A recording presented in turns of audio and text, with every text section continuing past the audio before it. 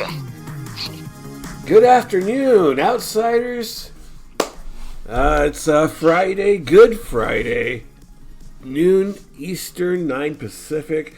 It's such a crazy time for JABO, and I'm having such a crazy time getting the stream going. So, welcome everyone. Thanks for checking us out. We are live on Facebook this week. No YouTube live. OBS had an update and it broke everything, so I'm trying to get that fixed. But here we are, live. As always, you got Mark, you got Keisha. Keisha, how is it going? Oh man, it's a holiday weekend. Therefore, I am glad. Yeah. Let me tell you something, Mark. You said Good Friday, and that kind of triggered something in me. I was thinking to myself, like, man, nothing says Good Friday, nothing says Jesus like conservative on video camera with some fake titties. Oh, Lordy. I'm sorry, man. I had to go there. Wow. I had to go there. See, and here I was thinking I was just going to ask you, like, if you actually gave up anything for Lent, because usually you do, but damn, you took it somewhere else. Definitely didn't give up the dark humor. Oh, man. But, nope. As a matter of fact, Mark, the COVID year, 2020, was such a game changer in so many ways for so many people. And one of the biggest changes I went through was that, I was not going to torture myself by way of Lent anymore. I was going through this whole thing like, oh, these people are dying. Tomorrow is not promised. What am I doing? Right. And I never went back. And it's so funny because, we're all out here socializing with each other. We all talk about stuff. And, if you are, if you practice, if your faith is, that committed and everything, you hear people talking about what they've given up, and how hard I used to go with this, Mark. Yeah. I grew up in going to Catholic public school my whole life, everything, the whole nine. So it's ingrained. Uh-huh. But it's like now I hear about the Lent talk, and I be looking at people like, what the fuck are you doing to yourself? Why? It's just, COVID ruined me, dog. Like, right. It's crazy. But, I think I've said enough things to take me to hell in the first 5 minutes of the show. So let's get things going. And you're talking about you're feeling crazy. Everything is going crazy. The weather is crazy. Like, I don't know about down there, but here in the 410, we started the day off in like the 40s, high 40s to lower 50s. But by the end of the day, it's supposed to get to damn near 80. I don't know how this is supposed to happen. Right. Last week we had opening day, and we're going to talk a little bit about that. I mean, the difference between game one and game two was so drastic you would not believe it if you didn't live through it. You know what I'm saying? Yeah. Like, it's just, it's nuts. But, first things first, let's go do the damn thing on the menu. What's going on around town? It's been a little while since we've all, gotten together here on the show. So there are a few things that I would like to talk about that have gone down, Mark, over the past, I'm going to say week to 2 weeks, because it's been quite eventful. You guys know we are in full effect with the March Madness, men's and women's basketball teams. It has been very exciting on both sides. We got a major heavyweight matchup tonight. We'll talk about that in a little bit. But I just want to go back kind of like about a week and a half, 2 weeks ago. The Maryland Terrapins had made it to, I believe that was a second round game, where they took on the North Carolina Tar Heels. And it just so happened, Mark, that I had the opportunity to obtain a ticket to this game, which was played down in North Carolina on Chapel Hill's campus. I mean, I seized that opportunity. I mean, this is literally like, Yeah. A bucket list item taken to like another level. Yeah. For me, it was definitely a must do because, I mean, one, hey, it's the NCAA. It's the tournament. Yep. If you get an opportunity, you do that shit anyway. Two, you get to watch, the home team, home squad. We all love the Terrapins here at JABO. And three, and really like almost most significant, the game was played at Carmichael Arena. Okay. And I don't know if you guys, some of you may know, college basketball fans, Michael Jordan fans, may know about the history of this place. I mean, the Tar Heels, they do not currently play here because they got a nice, pretty dome thingy that they get to play in now. But this was literally the house that Michael Jordan built. Nice. Okay. Like, there's no statue over there. I was mixing it up with a lot of people down there, just talking, just because I was just in such awe of the campus and of the arena and all of the history. Just walking around, there's no statue out there. I believe that is statues at the new location, but they do have, a section of the arena that is dedicated to Michael Jordan, of course, paying homage on the teams that he played on. Man, it was really cool. Nice. Really cool. It was, almost on a level of me visiting Wrigley Field. When you talk about, college hoops and things like that. Yeah. It was a good game. It was a great game. Unfortunately, the Lady Terps lost, exited the tournament. But I mean, the experience was just so cool. Everybody was just so nice to each other. I talk about this all the time. Like, the vibe always checks out at these, women's sporting events. I talked about this at Unrivaled. Like, just the amount of joy that is in the place, the friendliness. I wore this T-shirt. It was from a Terp squad a couple of years ago. You guys, I'm pretty sure you remember the big story about Derek Queen, and he's in the tournament and he did really well. He says, I'm from Baltimore. Yeah. So, I had a I'm from Baltimore T-shirt on. It is in red, had the whole Terps color scheme going and everything like that. And I mean, I was expecting a few comments, but the shirt was like an absolute hit. Mark. Really? Yeah. I had like 3 people ask me, are you really from Baltimore? Which, they didn't know who they were asking.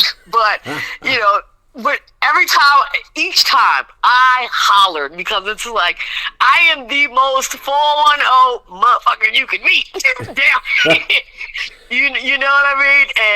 And then there were a few people who, told me that they were transplants, that they came down to North Carolina. Jesus, told me their life story. We talked Orioles. We talked about how they still follow the Orioles. Nice. And they support the Ravens. I mean, this one guy, he had to have been like in his late 70s. Really? And, we talked for about 10, 15 minutes because he's still a beloved Oriole fan.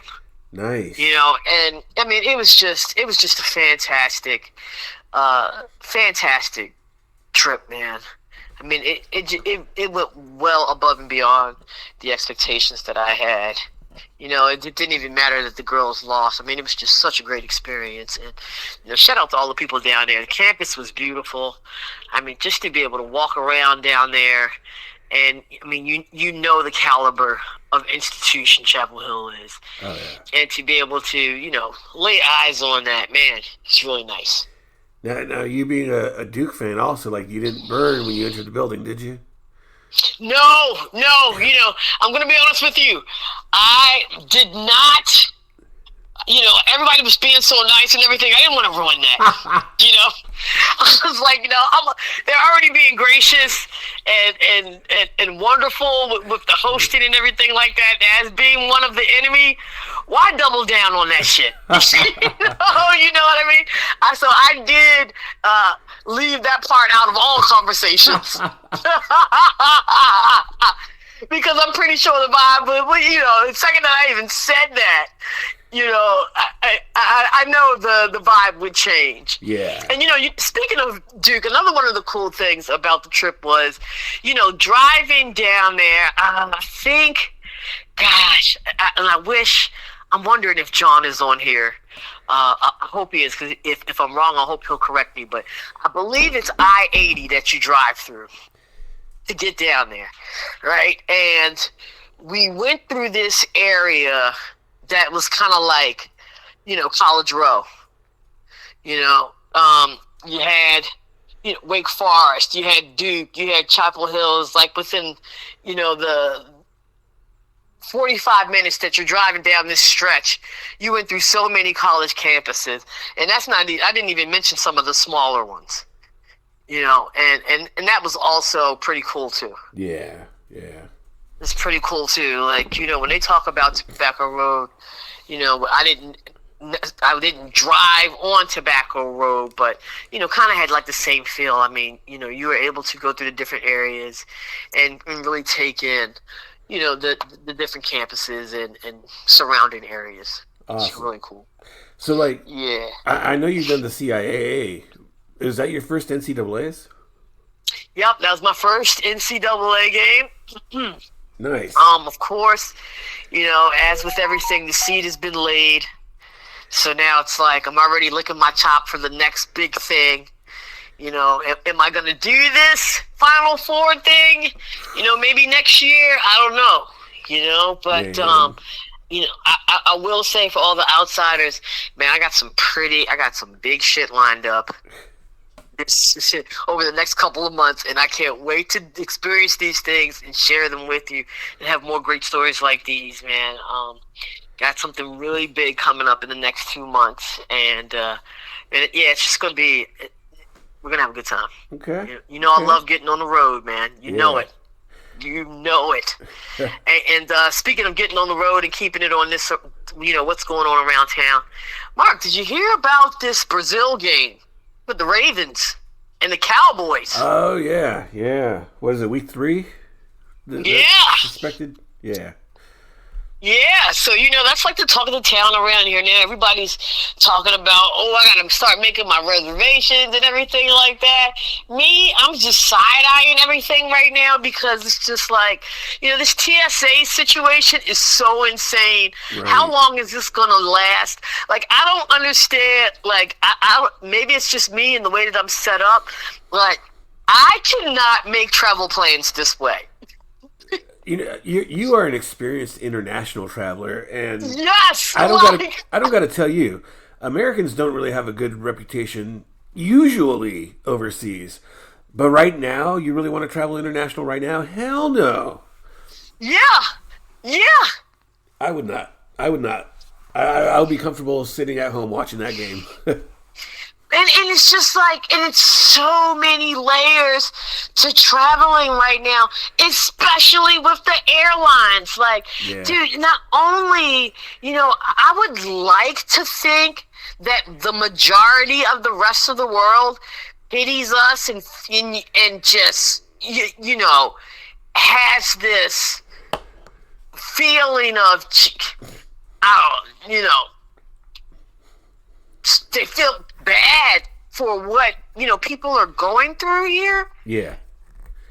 But there is a population who probably, dare I say it, hate us. Oh, for sure. Yeah. And then it's like the whole other thing, with what's actually going on here and the staffing and TSA. Like, I don't know how long that is going to last. It's just, it's crazy times.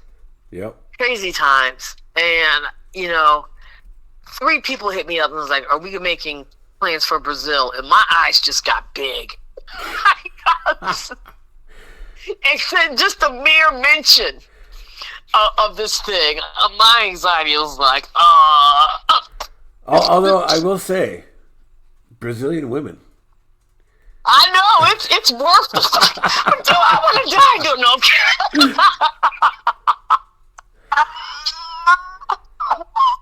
Hey, Oh man. on the serious tip, the professor does have a tip for you. Sure. He says you better not leave the country unless you're sure everything is in order. They're randomly canceling people's passports and everything. Yeah. Which, Yeah. I read about that. That is crazy. So, yeah. Crazy work. I don't know, man. You know, I told a friend of mine I'm perfectly fine with road trips for right now. Yeah. You know, like I've driven great distances. I love it. You know but yeah, man. I mean, we could spend all day talking about this, but let's keep it moving. We had opening day go down last week. Major leagues, Orioles, everything. We're sitting at 3-3 right now, but I was also at opening day. Mark actually went to the first two games. Okay. Opening day was a beautiful day, super hot, perfect day for baseball. It was super awesome because they made hella changes at Oriole Park. Right. And they And celebrated all of them, I swear to God, are absolutely fabulous. You know, as I'm talking about this right now, I'm like regretting the fact that, man, we should have had Jaina call in because, you know, Jaina's a big dog here in the 410. She actually did like a private tour and could, you know, speak more life into this subject matter. But, you know, I will just talk about some of the things that you know, that I did see that I loved. The first and biggest thing, it's like the new scoreboard. Yep. Okay. Biggest change, oh man, it's beautiful. It is fantastic. You know, you're talking to somebody that's been a Birdland member for several years and, you know this park inside out. One of the things that I hated the most was our scoreboard. And, you know, our scoreboard had kind of gone through a few changes over the past couple of years. Yeah. You know, the change in size, change in layout. These fools got rid of the cable. I mean, it was just all of these different things. And, you know, one, it was unsettling. Two, you know, if you're somebody who went there regularly, you had a hard time locating and figuring out what things were going on at first glance, you know. And to me, if you're a spectator at a ball game or at any type of sporting event, when it comes to a scoreboard, Mark, I feel like it should be something where the spectator can look at it for a quick couple of seconds, you know, get their information and then look away. Not have to study that motherfucker. Do you understand what I'm saying? Right. You know? Yeah. So the big scoreboard, the new layout, everything, I think that they finally got it right this time. And yeah, that was like one of my favorite things. Also, they kind of redid like this outside kind of bar area. Well, I'm not even gonna say that they redid. I don't even know how they did it. Like, you know, and this is where Jaina would come in. I'm wondering how many seats we actually lost because you had to make space. Yeah. For these new improvements, you know what I mean? Because in between the scoreboard and like the bleacher area, there's another outside bar area. The Power Bet Pavilion, I think it's called, or something. Yeah, that's the sponsorship. Yeah. Yeah, where you had like high tops where you could stand and it's not a ticketed area, it's not exclusive area or anything like that. Like you could legit just hang out there, and see the game from a pretty good vantage point, right? Yeah. Because it's not like at the flag park where you got that big ass wall you got to look over and everything like that. Like you know what I'm saying? And so you got a pretty good vantage point, and you can just chill there. That was another thing that I really liked. They also and you guys got to give me this season. I'm gonna make it a point to try to sit in a different area every time because there's so many different additions and improvements. Yeah. Okay, there's also a chunk that I believe is like on the club level, either where all of the broadcasting used to sit or like below that. It's probably a little bit of both. That there's a new exclusive fan experience there that I would like to experience, and they've got new decorations, new displays. I mean, this thing had a major facelift. Yeah. And I'm pretty sure the goal was to get back to that top 5 in MLB park rankings. Yeah. They won an All-Star game, because damn it. You said what now? They won an All-Star game, damn it. Yeah. And I think it's about time. Yep. I think it's about time with everything that they've done. They've even like the giveaways this season are insane.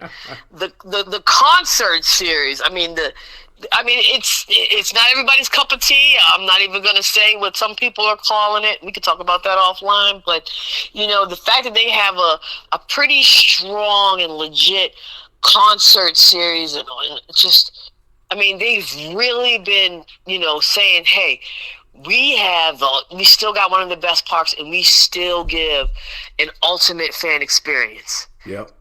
And that's the kind of stuff that gets you the ASG. Right. So, yeah, man, it was just really good, experiencing a new park. And like I said, I'm going to make it a point to sit at all different locations so we can talk. This is going to be something that's going to be continuous over the next couple of months here on JABO. Orioles off to 3-3 starts. Saw some good shit, saw some bad shit. Man, how are you feeling about the first 6 games? Ambivalent, I guess. Kind of like you, I guess. There's good, there's bad. Like, especially like a whole new coaching staff, new manager. They just got to get, they're getting their feet wet, and then they'll find their balance. I think, come the All-Star break, we'll see a very improved squad. Okay, we got one that's hopeful. I'm hopeful as well. It seems like we got some really good pieces there. Oh yeah. Pete Alonso seems like he's been really settling into his new digs, and not only settling, but embracing. You look at the interaction between the teammates and everything. I said when we picked him up that, this is a blue collar guy that, I was pretty confident that he would fit in here. Yeah. And it's totally his vibe, and it looks like he's enjoying himself, and that's good. And it's evident, within the first 4 games, we got that bomb that we were looking for, that first bomber, and some of the younger guys have been getting their home runs, their dingers in too. I was talking. My dad asked me about Bautista, about the mountain. Yeah. Last night, and just if anybody else is wondering, if you haven't taken to the Google or hit your whatever sports outlet you follow, we will not be having him this season. Yeah. Which is it's a big deal. It's a big deal because I felt like even in a relief role, he kind of was like the core, Yeah. And when he was here, him and Cano together, like I don't know if Cano fed off of him or provided some intangible layer of confidence, but it just seems like since Bautista left, Cano does not seem like the same pitcher. Of course we've had other injuries and things as well, but there are a lot of people out there, myself included, that were looking forward to his return, and you know. I was telling my dad, are there many people out there in baseball who have stepped away from the game for 2 years, more than 2 years, and come back successfully? I can't think of anyone. That's exactly what I said last night. So that's something that we're going to table that until next season and we see what happens, but. Yeah, I wanted to shed a little bit of light on that, just in case anybody else was asking. My dad asked last night, and I was like, I think that's worth addressing. Now, today. You mentioned Pete Alonso, and how he's ingratiated himself to the team. I'm sitting here, watching the broadcast. Shout out T-Mobile for coming through with MLB TV again this year. I don't know if you've heard this fact or not about him, but when he arrived to Baltimore, he wanted to ingratiate himself to the team, and so he drove a truck up into the ballpark, and he had it loaded up with gifts for everyone, not just teammates, but like staff and everything at the ballpark, like wow, for front office people and everything, for everyone. So he really made an impression. Wow. Yeah. Wow. Yep. I mean, and the word is around the league that he's a class act. Exactly. Yep. Right, and that's really heartwarming to see that shit is real. Right. Because I'm gonna be honest with you, I've never heard of that before in my life. Yeah. Yeah. I mean, that's huge. And that's also good because it makes you feel like, hey, this guy might want to stick around for a little while. Right. Or really believes in things to come, which is that's a good feeling. Exactly. Good story. Yep. Great story. We're going to talk more about baseball next week because we got to start talking college hoops. All right. You want to do men's or the women? Well, you know what? Let's do the women first, since we got a game tonight. We got 2 games tonight, as a matter of fact. Okay, so let me tell you about the 2 matchups. First matchup's at 7 o'clock, South Carolina versus UConn. And then the second matchup is Texas UCLA. First thing I want to ask you, Mark, I was looking at the schedule, and I'm like, the timing, but now that I'm looking at it again, I was kind of questioning the timing of the Texas UCLA game. Okay. But let me just make sure I got this right here. They are playing their game. Who's that? Texas UCLA? Yeah. Where are they playing their game? I think it's all in Phoenix this year. Women's Final Four. All in Phoenix, right. Yeah. Right, out in the desert. Okay, yeah. So, and Phoenix is, I think they're 2 hours behind us. 3 right now, because Arizona doesn't do 3. Yeah, Arizona doesn't do a daylight savings, so they're Pacific Oh, time okay. right now. Yep. Okay. All right. Well, then, yeah. I guess that does make a little more sense. Because I was thinking a little more prime time on their end, but now that you say that, yeah, that I guess that they're right on the money. Yeah. With the timing and everything. Okay. So, first game, UConn and Connecticut. We've got, each, what is this? We're in 2026, 2025, 2024, last 2 champions squaring off in the first Final Four matchup. We've got 2 legendary coaches, one with one has a little more longevity Yeah. than the other. But, and we're talking Gino versus Dawn, right? This is like the big heavy hitter every year. Seems like over the past 7-8 years. And we all know about Gino's history, and how fantastic it is. Connecticut, is the most, to me, the women's basketball team is the most consistent college program of all time. Right. Okay, like seriously, there's football, whatever. I do not care. This is the most consistent. We know what they bring to the table. Coach Dawn's meteoric rise to the top. I mean, she just came through swinging, right, and has quickly cemented her little footprints in women's college basketball history as a coach.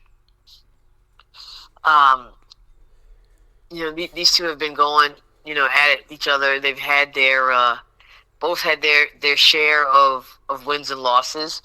UConn had the better out of the two. I believe they are like 10-5. I think that's what I saw against each other. Oh, wow. But wait a minute though. Not so fast, my friend. Gotta quote my big college guy, right? Dawn has taken 5 of the last 8. Oh, wow. Yeah, so it's like 2 wows, right? Right, yeah. This is a big matchup tonight at 7 o'clock. Do you have any thoughts on this, on the battle of the heavy hitters? I mean, like, it's heavy hitters. You just said it right there. I think probably a lot of people are looking at this game and saying, "Oh, that's the real national championship game," because whoever wins this is going to win it all. But I think that might be a little unfair to say, but I mean, South Carolina, you can't argue against their dominance. I'm really shocked at this spread here, though. Me too. You took the words right. I'm going to let you go with it because you took the words right out of my mouth. I mean, it's definitely an eyebrow raiser. Yeah. But go ahead, please continue. UConn's a 6.5 point underdog. Yes. That's shocking.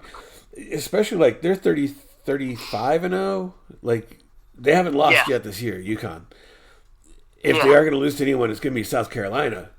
But that's how I just feel wild. about this situation, dog. Right. But like when we started the brackets, I had South Carolina going all the way. Man, it's a tough one to call. I don't think it's going to be 6.5 points, but I do think South Carolina's going to pull it out. Yeah, it's definitely not going to be 6.5 points. You guys, this is I don't know if we really planned on, because this conversation is completely 100% organic. But I don't know if we really planned on doing easy money picks. But to me, this is an easy money pick. I mean, South Carolina plus 6.5. Take the points if you want to play the game. I do believe that margin of victory is going to be so slim. Right. I do believe that this game will be as with typically a typical basketball game, but just so much more intense. Trading leads, up and downs, could very well go down to the last 2 minutes of the game. Yeah, for sure. And like I said, with a super slim margin of victory, UConn's UConn. They have the Women's Player of the Year in Sarah Strong. We know how great they are. But we also know, and I will stand on this shit every time. Y'all probably get tired of me saying it, but Mark said it. They are undefeated. They are undefeated going up into the. I would be terrified right now if I was a UConn fan. Because if there is any team out there that can hand you that L, right.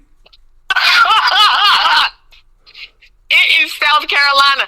I would not be going into this game with the confidence of a 6.5 point spread. Right. Let me just say that. Okay? Let me just say that, outsiders. So with all that being said, I'm looking forward to a great game. Jana, I don't know if you're watching or listening, but I'm looking forward to that pizza. Jana's got pizza on deck. Uh, Nice. she's she's ready to destroy all the progress I created today in the gym. Uh, and she doubled down with cake too. I'm like, Jana, what the hell? Do you hate me?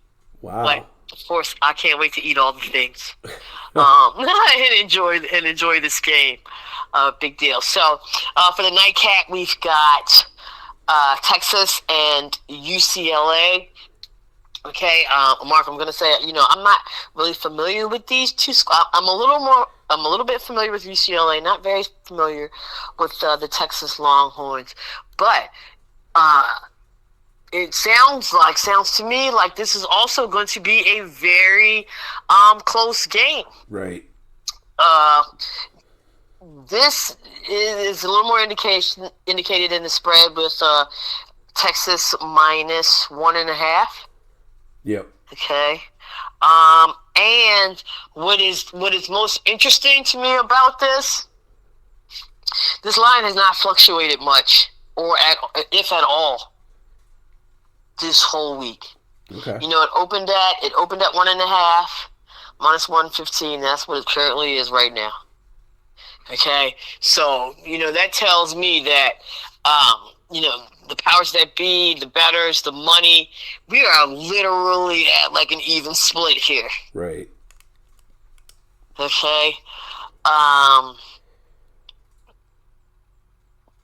is there any tips or anything that you're looking at with this matchup? Well, let me start off with the professor in the chat. He says, Sure. I think Texas will easily beat UCLA. Now, I just want to remind you, the professor, he's down there in Texas. So maybe a little biased, because let me tell you, I'm not biased in this situation. If anything, I'm a Pac-10 kid, I'm a Pac-12 kid, and I worked at USC, so like I have hate of UCLA ingrained in my blood. I might be an Arizona Wildcat fan, but like that USC, like I worked there. There's a little bit of pride, and I have to hate UCLA because of that. But the hustle these girls have on the floor, I don't think their hustle is outmatched by anyone in this tournament. And I think that hustle is going to propel the UCLA Bruins into the championship game. Yeah, Mark, let me piggyback on that. There's something to be said about this particular squad, right? They went to the Final Four last year and got their ass beat. Okay, Yeah. and I mean, no, I'm not on the squad, but I would think that is a very big motivating factor in what we have been witnessing with the scrap of these girls. Yeah. All right. And I think that there's a lot to be said for that. Okay? This team has only lost once whole season. So, I love a comeback story. I love an underdog story. I think me personally, I am going for two underdogs to get the dub, walk away with the dub tonight. Okay. I'm not saying that this is an easy money pick because, like I said, this seems to be a tighter game. From the polls and everything that I've been seeing, it's literally like a 50-50 split damn near everywhere. It's not going to be easy money. This is going to be another game where, we're not going to know for the last few minutes. But if I was going to put my money down, if I wanted to do a 2-leg parlay on these games tonight, that's what I'm going to all underdog special, dog. That's what we doing. Wow. We barking with the dogs tonight. I'm really liking South Carolina, and I'm hoping that the UCLA Bruins have a big comeback story tonight.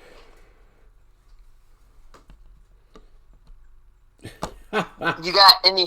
What did he say? I know he's probably pissed at me right now. What did he say? He said Lauren Betts is slow and can't move laterally. She's the female Daniel Falele. That is a serious insult to that young lady. Let me just Right. say that. First of all, Harry, I don't know if she deserved that. But, man. I understand the vibe. That was fucking hilarious. But Mark, so do you have a dog in the fight? You said you're going with Texas too, right? Because you just cannot bring yourself to. No, I'm going with UCLA. Like. Oh, okay, all right. That hustle they have on that floor is unmatched, and I think Texas is going to get frustrated by it. For sure. Okay. All right. Great. Let's move over to the men. We have a little bit of time left here. You know what I'm going to say off the top. I am in agony over here over the way my guys went down. I cannot believe it. I will say we're going to keep this very short because I'm not going to relive all of this shit, but I am going to say that I did not watch the game fully, but I watched the highlights, and just has to be one of the most epic collapses in sports history. And you know what? You should have lost the freaking game. I thought Duke had it won, honestly, and then that last second shot that was a shocker. That was a shock. Me and Jana lit up the chat, so like you were confused. Yeah, I was like, "What the hell is going on?" And then when I saw it, I was just like, unbelievable. Right. But like I also did say too, like epic collapse. They were up by so much in the second half, right?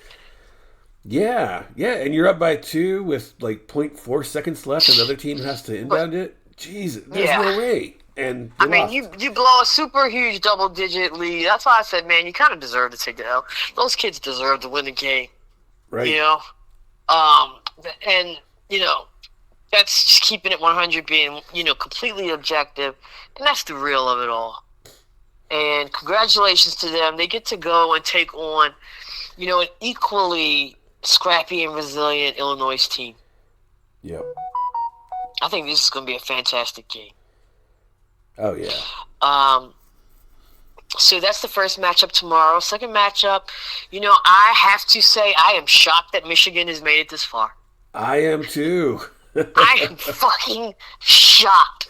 Like, it just doesn't even look right. I'm staring at it. I've been staring at it all week. It just doesn't even look right. Both of these games, hold on, let me just get this out here really quickly. Both games have a spread of 1.5. Yeah. All right, so that's let's note that right now. But what were you going to say, Mark? Well, at the beginning of the tournament, if there's a number 1 team that didn't make it to the Final Four, I figured this. I figured it'd be Michigan. Right. We both said this. Right? Don't listen to us. No. But we both said this. That's why I said, like, I have no problem saying I am shocked. And then after every single game, like, Charles Barkley's there on the post game and like, the only team that can beat Arizona is Michigan. And like, here we are in the Final Four, Arizona and Michigan. Yeah. I'm sweating it. Yeah. Like, honestly.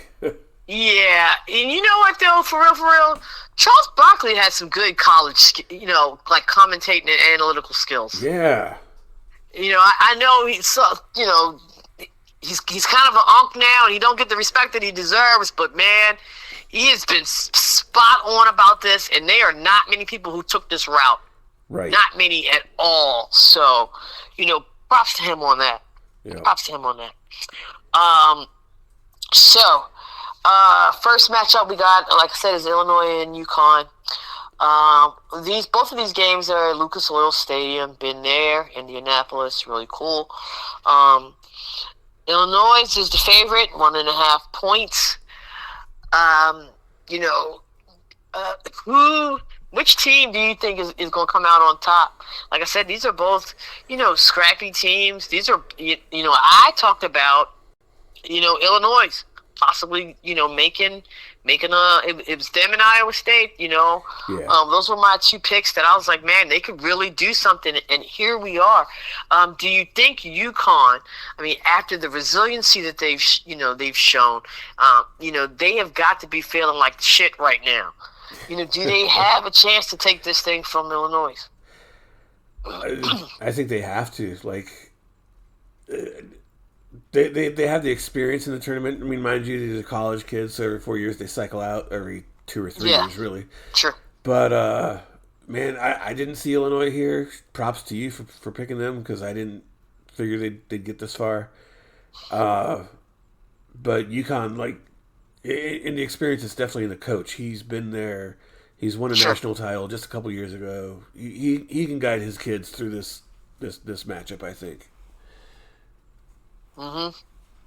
There are a couple of things that we can talk about here. First things first is the Fighting Illini is 16-6 in Big Ten play.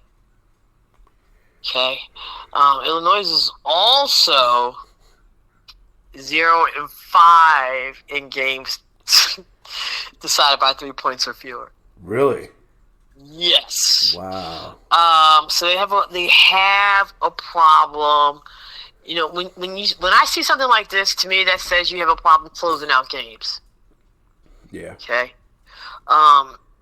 And you're in a situation where you could possibly be in the biggest closeout of your life. That's not the type of stat you want to hear going into a Final Four game. Yeah. Okay.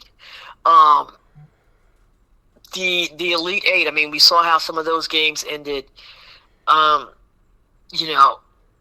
If you get down, if you experience adversity, uncertainty, uncharted territories in a game, do you have the type of team that is going to be resilient and, to actually be the quote unquote fighters that they're supposed to be? I talked about this team and my belief in it, and I am going to say that they put their big boy drawers on it and finally get it done.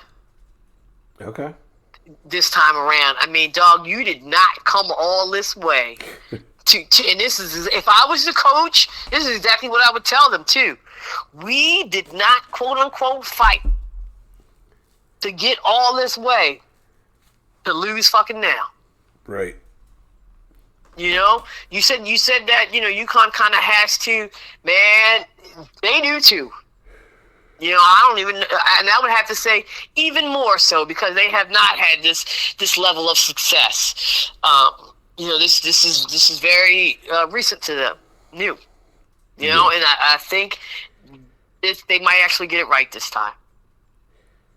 I am not putting, this is not an easy money pick, but if I had to put any money on it, my money would be with Illinois. Wow. Yep. Okay. Yep. There's got to be one because I think it's pretty evident. To me, I think it's pretty evident what's going to happen on the other game. Yeah, that's my pick between these two.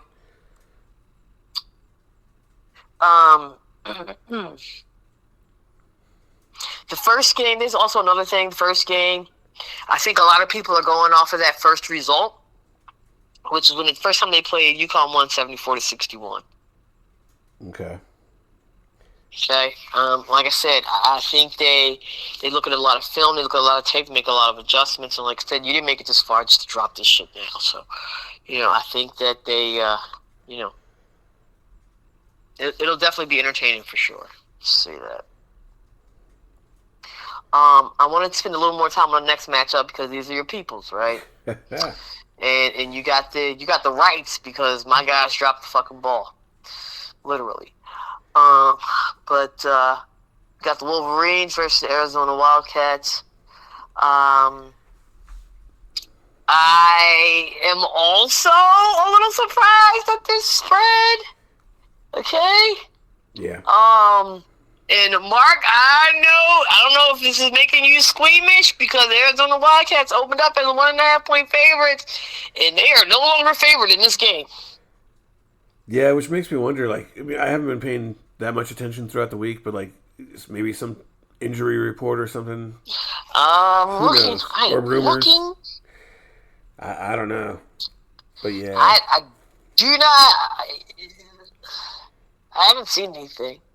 Harry, if you've heard anything, please feel free to chime in on that. But I don't know. I'm going to give you the stage It, with this matchup. it could just be where the money's going too. Like, money might be flowing towards Michigan. So who knows? Mm-hmm. You know, of course, we hope that Duke had gotten in there because we wanted Arizona Duke in the finals because it's the JABO thing. But this matchup also just not just because it's Arizona, but because it's Michigan. That like it's deeply important for me and my family because while I'm born and raised in Arizona, my parents were both born and raised in Michigan. So I got That's right. tons of family that are Michigan fans. Me and my cousin Al, we've kind of been going back and forth a little bit online, about Arizona versus Michigan and kind of, going for our squads. But man, I wish I paid more attention to Michigan during the season because, like, I know their team a little bit more. But I mean, Arizona, we got 8 players who average double digits throughout the season. You got the first team in NCAA history since like sometime in the 90s, I think, that 6 players scored double digits in a game. Like 2 freshmen. Like, when's the last time 2 freshmen were leading a squad like this? Like, they are a powerhouse among powerhouses, and not just because it's my team, but I think if any team would be favored to win it all, it would definitely be them. And to see that spread go towards Michigan is kind of a little bit more. It's alarming. So you got to wonder what's going on there. But also, I think about Final Four experience, which Arizona hasn't been in. I think since 2001 when they played Duke in the championship game. Well, And nowadays, Final Fours are in stadiums, and all the players talk about how very different the atmosphere is. You'll see low stats in the first half, misses, just because it's such an open arena as compared to arena basketball. Like, there's just so much air. You don't get the crowd noise because it's just like going straight up, and it messes with the players' heads a little bit until they get used to it. That's why in the second half you usually see teams bounce back. So I think we will see that really for all 4 teams. But I think it's going to mess with Arizona a lot.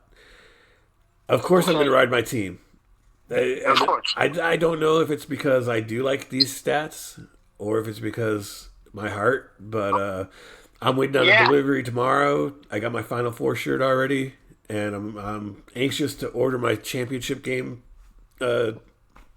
T-shirt, my championship T-shirt on Tuesday. And let me tell you, I was pissed because I remember back in the day getting, like, a team would go to the Final Four and you could get a shirt with all 4 teams. I couldn't find one this year because I was going to have one shipped to you, but Oh, really? yeah, well, especially if Duke made it, but yeah, Yeah, no, but I'm saying, like, you couldn't find one? I couldn't find one with all 4 teams. I was like, what the hell, man? But at least I get an Arizona Final Four shirt, so I'm happy about That's that. okay. Good for you. That's definitely weird. Definitely weird. I just want to, I'm about the stats and everything. I just kind of want to throw a couple of other little things out there. Arizona Wildcats record in Big 12, 19-2, very impressive.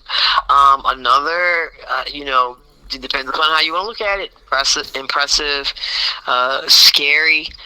Fact is that their record is 17-0 against non-conference opponents. Yeah. Okay. Nasty. That's just something to think about. When we won't know until tomorrow night whether Harry and Mark were just delusional or if their beliefs are strong. So, it's, one thing that is for sure, everything's up in the air when it comes to the Final Four. We have got 4 awesome games on deck this weekend. Oh, yeah. And if you're a college basketball fan, boy, you're locked and loaded. You're ready to go. Your phone's going to be on Do Not Disturb. You're going to do the damn thing. And I am going to be one of those people. Hell yeah. Definitely going to be one of those people. Okay. In the few minutes that we do have left, Mark, you got anything you want to throw out there? Any real long wrestling? Anything for the final dessert of the menu? Yeah, just the build towards WrestleMania is heating up. They announced like 4 matches on Monday night. NXT Stand and Deliver used to be on WrestleMania weekend because it's their biggest show of the year. Now they're doing it actually this weekend, which, man, if Arizona wasn't in the Final Four, I'd be watching NXT. But I gotta roll with my squad. So NXT, I'll catch you afterwards. They're actually doing their PLE on YouTube this year. Their deal with Peacock's over, so NXT you can catch their Stand and Deliver 2026 PLE on YouTube. Nice. Yeah, that's about it. Okay, great. Now, did you have anything else, or were you gonna go to the end? Let me look. Let me think.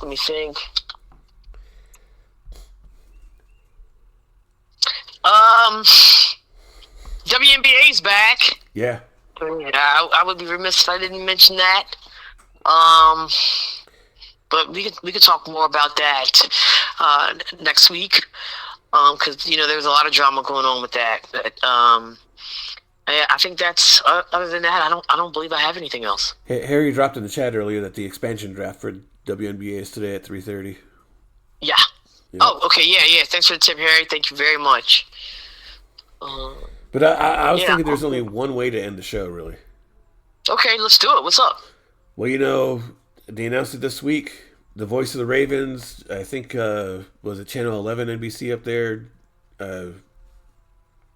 What's his last name? Jerry, whatever. Sandusky. Yeah, Jerry Sandusky. He's retiring. Yep.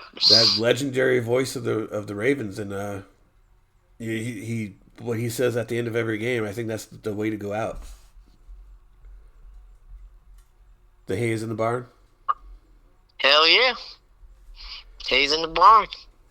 That was really nice. Really nice. Big shout out. And yeah, I mean, people got to retire, but a lot of people were shocked behind that. I was too. But yeah, good for him. Fantastic career. Yeah. Time well served. Yeah. Thank you very much, Mr. Sandusky. And as always, you know how we end this show. Baltimore spread love, yo. It's a holiday weekend. Spring is in full effect. And act like you got wash your hands, stay safe, give hugs.